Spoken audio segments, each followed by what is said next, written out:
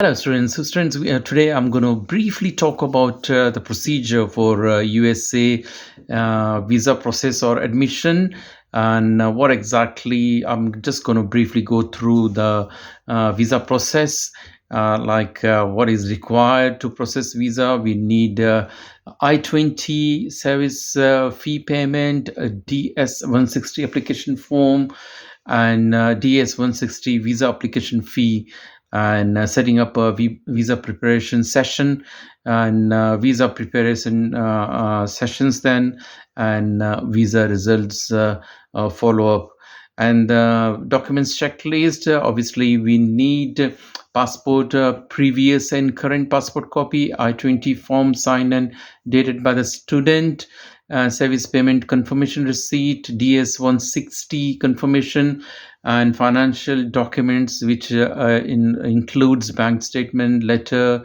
paychecks, and stubs, etc., and letter of verification and letter of acceptance. And obviously I will go through about each session, like for example I-20 application, about SEVIS, about all in the next detailed video. This is a small quick short I prepared.